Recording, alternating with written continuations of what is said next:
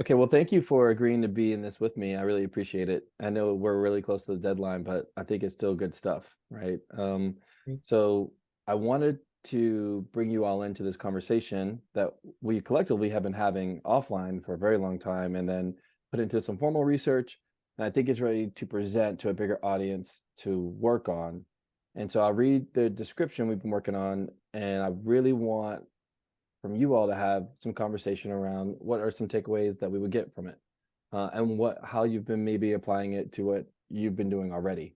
So I was very dramatic, the way I started this, but I think it helps to put the context into place. So today, students sit in the same class, but will never have a conversation with one another.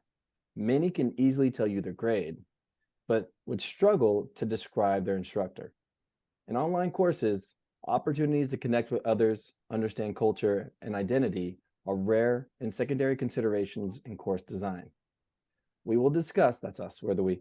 We will discuss the state of intercultural interaction in online education and its impact on equity and justice in the classroom, offering concrete strategies to enhance social presence, communication climate, and community that leads to more equitable opportunities. That's 600 characters, real tight. Felt So like 1,000. I'm in. I mean, it sounds great.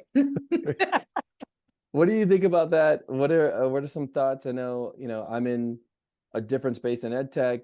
I know, Jen, you're in education and higher ed and had a lot to do with the work that we've been doing here with this topic. And then Shayla, you being in the C-suite as a chief communications officer over the 16th largest school district in the US, 181 schools. I know you have a different perspective as well. So I just want to bring us together and then maybe talk about what are some of the things you think folks that represent our spaces could get from this discussion. And you want to take it first? Happy to. All right.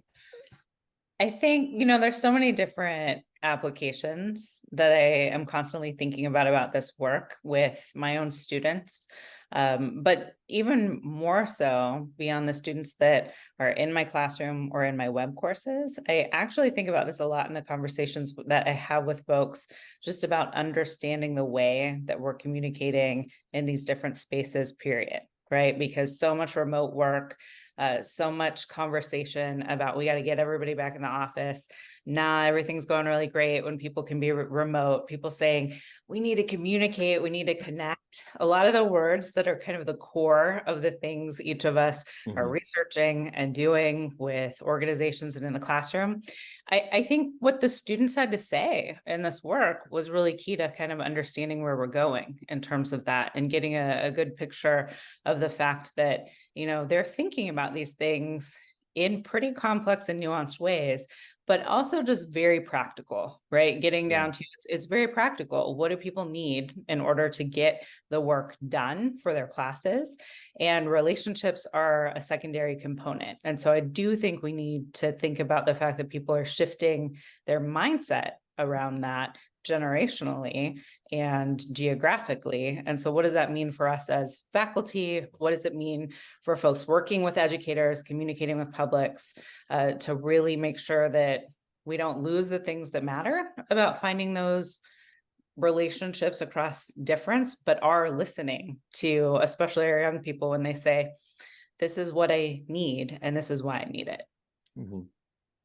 I think from the K-12 experience and from our lens, and you talked about how the changing landscape, since COVID, a lot of people learned, hey, I can do a lot more things online, not having to be in that physical space. I think what we also learned from COVID was the fact that the needs and the expectations have since changed. Like at one point, when we talk about from the K-12 public education aspect, you've got virtual school, but predominantly and primarily the work is done and the instruction is done in person.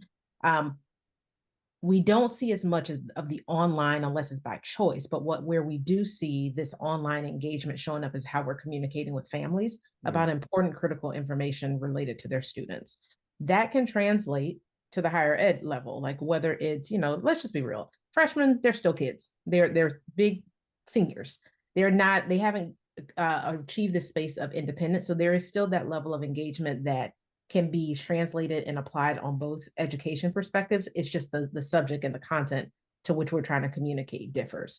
You know, I think what's interesting when I'm comparing it to higher ed and K-12 is where relationship is secondary. When it comes to the younger children, relationship is probably, can be argued that it comes first. Because these are families, babies, and things, they want to make sure that there's a level of trust. So there's a transitioning period of that online engagement that we're talking about for this session that you can see applied across education across the board.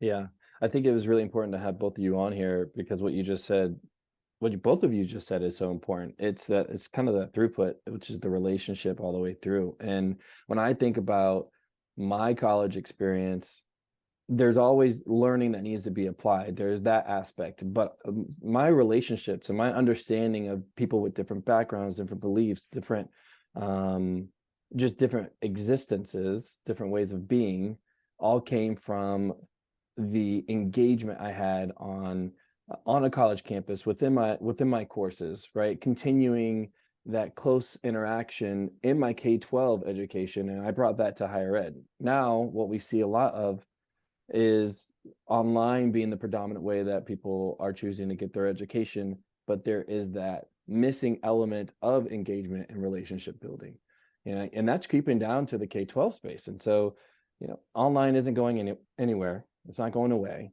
but we can make sure that it is serving those folks who, in large part, are being left out of that conversation too, which is a lot of marginalized communities. And so how do we make sure that we are not only designing spaces for interactions that happen, but designing equitable spaces so that we're not leaving anyone out? So I think it's going to be a great one. A lot of things to talk about.